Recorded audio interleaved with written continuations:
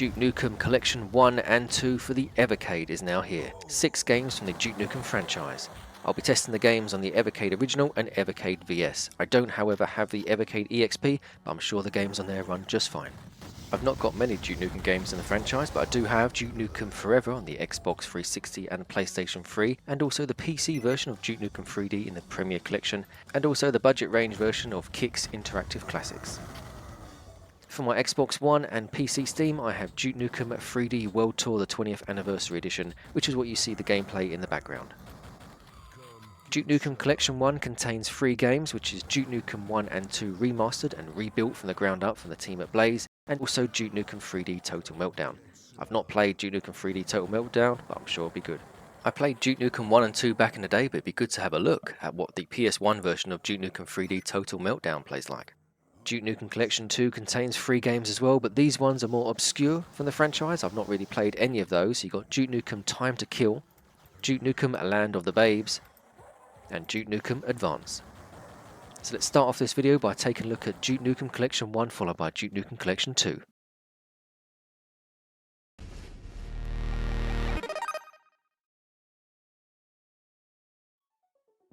So this is how the cartridges look like in the Evercade VS.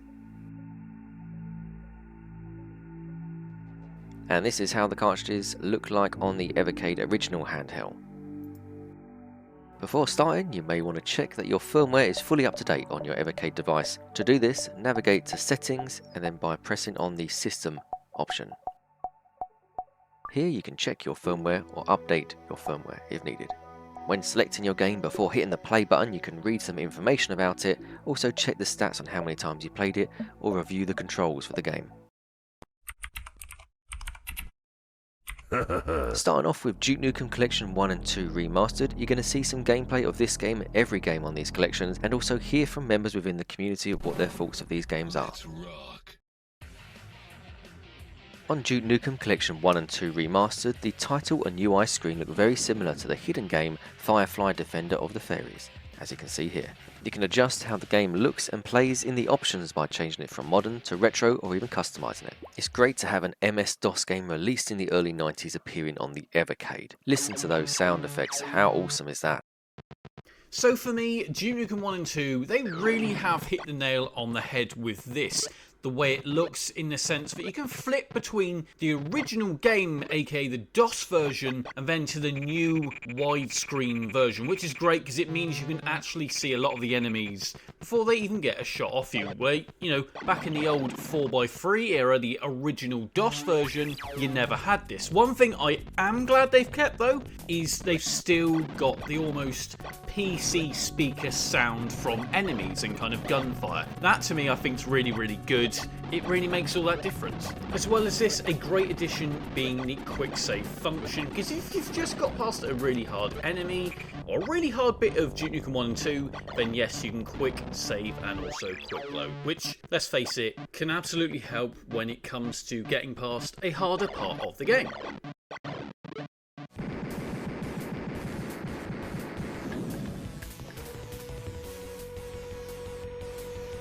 Always remember those bullet holes put in a smiley face during the target practice. I am back. The second installment to the Duke Nukem franchise has had a few improvements to the graphics and also the on-screen display, adding the use of a radar and showing you which level you're on, to name a few.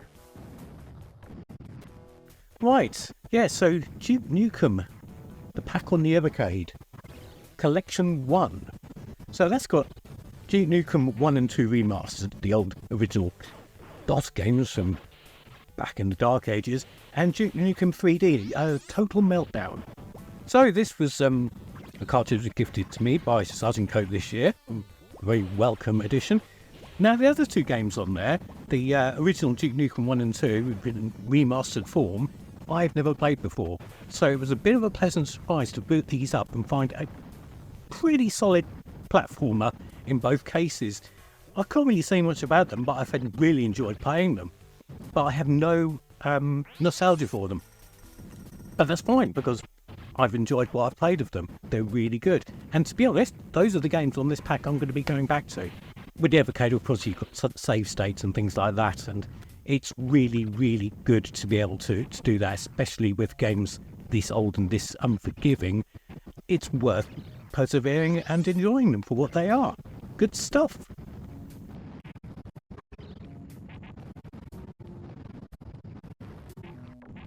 No longer a 2D scrolling platformer, this is a 3D game released on the PlayStation 1 back in September of 1997. It's Duke Nukem 3D Total Meltdown. It's the first time I'm trying this game, first time really of playing a PlayStation game. I don't really play any PlayStation 1 titles, so it should be good to take a look at this one. Now, starting with Duke Nukem 3D, I first played that back on the PC back in the day. I think I had a Pentium 90, when it came out. I can't remember.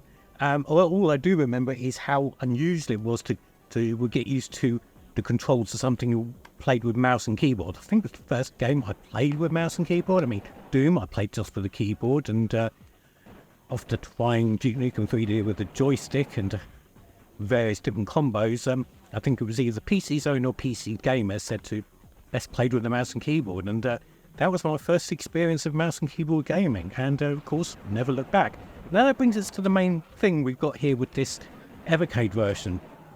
The Evercade only has one control pad, and now my muscle memory sees a first-person shooter. I'm going to dual stick controls for on a PlayStation or Xbox pad. I can't get my brain around how to control this with an Evercade, I'm afraid.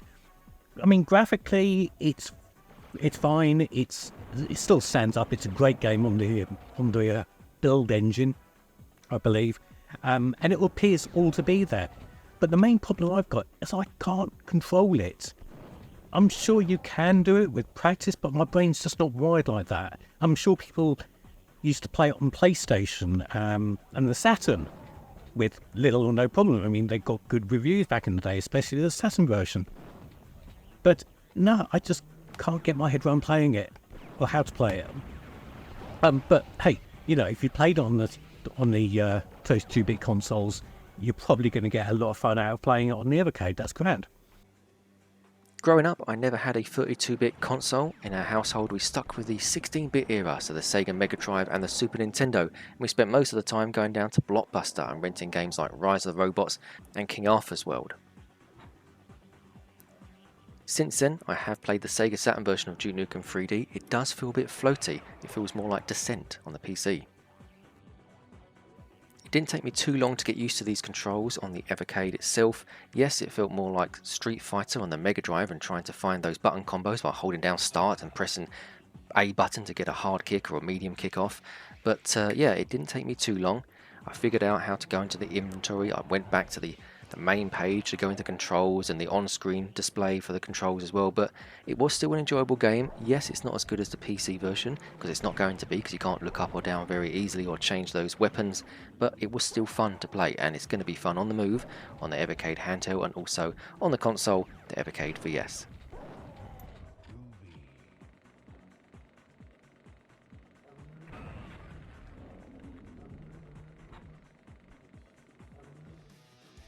And if you've not guessed it, this is Duke Nukem Land of the Babes.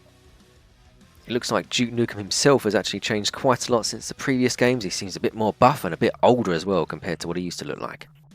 This game originally appeared on the PlayStation in North America in 2000 and over here in PAL territories in 2001. It's a third-person shooter. Come get some.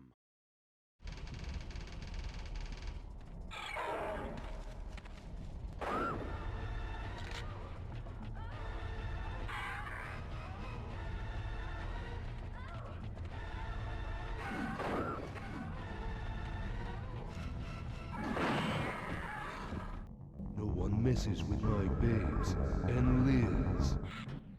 Gaming's greatest action hero is back, and this time in 3 classic adventures on Evercade. The first one I want to talk about is Land of the Babes. I mean, this has got some great 80s parody humour in it, not to mention there's 14 levels with loads and loads of secrets to find.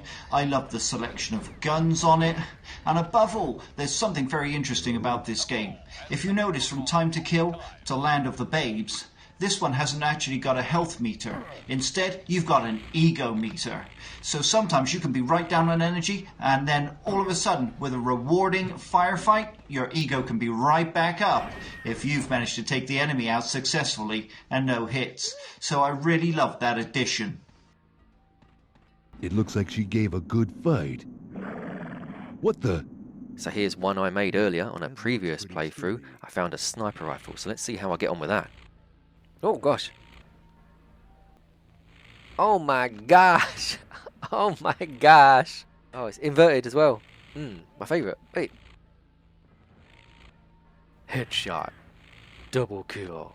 My initial thoughts on this one are quite favourable from what I've seen so far. Yes, the title screen looks lovely, and also the game itself is all colourful. It has the Duke Nukem humour. It's a PlayStation 1 title, so for me, I need to get used to the controls for a PlayStation game on the Evercade and how that works.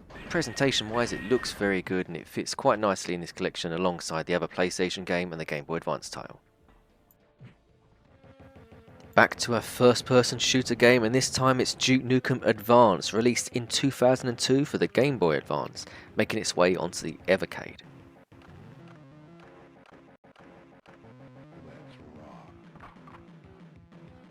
The intro has a comic book style to it, with the game itself having an original storyline and levels may not have been seen in other Duke Nukem games.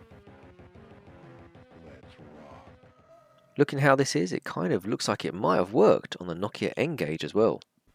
Never owned or played on a Game Boy Advance, so I've not seen this game before, so it's quite refreshing to see something different in these collections. As previously mentioned, the look and feel looks like it would run on a Nokia N-Gage. Comparing to first-person shooter games on there like Red Faction and Call of Duty, it does have that charm to it.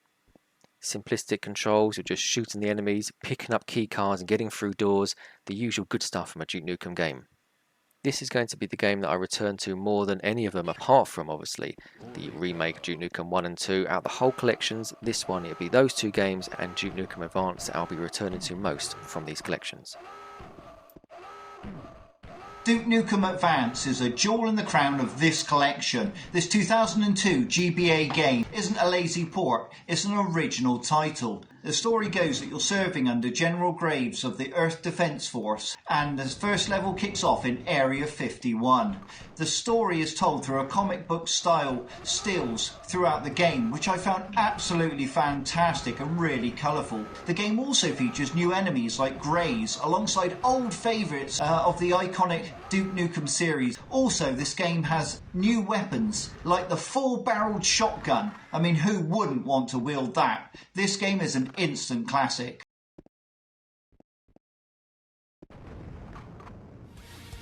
The PlayStation 1 had some very good looking intros, and from what I can see here, this one is no exception. So we've had 2D platformers, we've had 3D first person shooters, and this time it's a third person shooter. Released in 1998, this is Duke Nukem Time to Kill.